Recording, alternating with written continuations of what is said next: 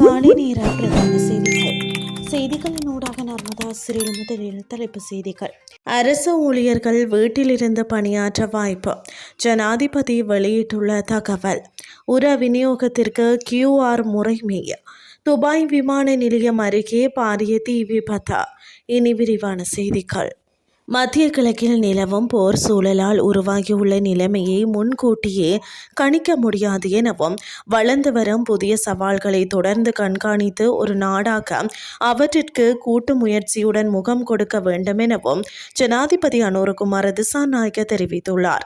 தற்போதைய சூழ்நிலையில் அத்தியாவசிய சேவைகளை முறையாக பேணுவதில் எழுந்துள்ள சவால்கள் குறித்தும் சம்பந்தப்பட்ட அமைச்சுக்களின் செயலாளர்கள் மற்றும் நிறுவன தலைவர்களுடன் நேற்று ஜனாதிபதி அலுவலகத்தில் நடைபெற்ற கலந்துரையாடலின் போதே ஜனாதிபதி இதனை குறிப்பிட்டார். இந்த கலந்துரையாடலின் போது எரிபொருளை சிக்கனமாக பயன்படுத்துவதை உறுதிப்படுத்தும் நோக்கில் அரசு ஊழியர்கள் வீட்டிலிருந்து பணியாற்றுவதற்கான சாத்தியக்கூறுகள் குறித்து ஆராய்ந்து அறிக்கை சமர்ப்பிக்குமாறு ஜனாதிபதி ஆலோசனை வழங்கியுள்ளார். சுகாதார சேவைகளை தடையின்றி முன்னெடுப்பதில் விசேட கவனம் செலுத்துவதுடன் அதற்காக அத்தியாவசிய எரிபொருள் கையிருப்புகளை பிரதேச ரீதியாக பேணுவதற்கான சாத்தியக்கூறுகள் குறித்து ஆராயுமாறு அறிவுறுத்தப்பட்டுள்ளது.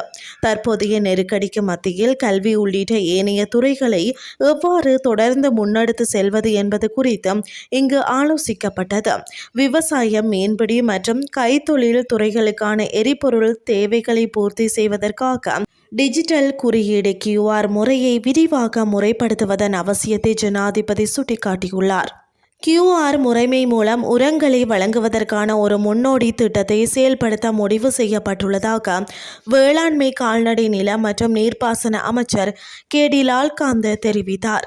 உரங்களை வழங்கும் போது QR முறையை பின்பற்றுவது அவசியம் என்று அமைச்சர் கூறினார்.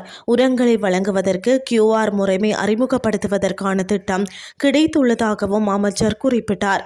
உரங்கள் தொடர்பாக தற்போது எந்த பிரச்சனையும் இல்லை என்றும், நாட்டில் போதுமான அளவு உரங்கள் உள்ளன என்றும் அமைச்சர் கூறினார்.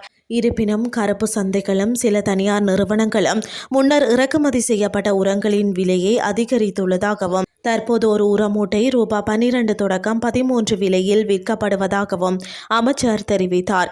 நியாயமற்ற முறையில் விலைகளை அதிகரிக்க வேண்டாம் என்றும் சம்பந்தப்பட்ட நிறுவனங்களுக்கு தெரிவிக்கப்பட்டுள்ளதாகவும், நுகர்வோர் விவகார ஆணையமும் இந்த பிரச்சனையில் தலையிட வேண்டும் என்றும் அமைச்சர் ஆலோசனை வழங்கினார். இருப்பினும் உர பற்றாக்குறை ஏற்படாமல் இருக்க அரசாங்கம் நடவடிக்கை எடுக்கும் என்றும் லால்காந்தா கூறினார்.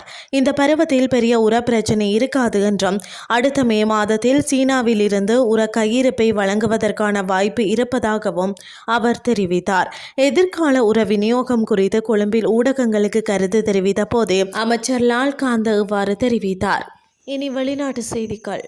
துபாய் சர்வதேச விமான நிலையத்தை சுற்றியுள்ள பகுதியில் ட்ரோன் தாக்குதல் நடத்தப்பட்டுள்ளதாக அந்நாட்டு ஊடகங்கள் செய்தி வெளியிட்டுள்ளன.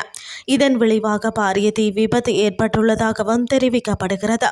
இதனால் துபாய் சர்வதேச விமான நிலையத்தில் விமானங்கள் தற்காலிகமாக நிறுத்தி வைக்கப்பட்டுள்ளதாக வெளிநாட்டு ஊடகங்கள் செய்தி வெளியிட்டுள்ளன.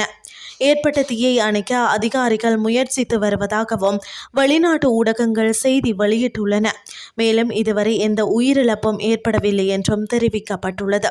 எரிபொருள் தொட்டியை குறிவைத்து ட்ரோன் தாக்குதல் நடத்தப்பட்டதாகவும், தீயை கட்டுப்படுத்த சிவில் பாதுகாப்பு குழுக்கள் செயல்பட்டு வருவதாகவும் தெரிவிக்கப்பட்டுள்ளது. இத்துடன் செய்திகள் யாவும் நிறைவடைகின்றது. அடுத்து காலை 8:30 எதிர்பாருங்கள். நன்றி.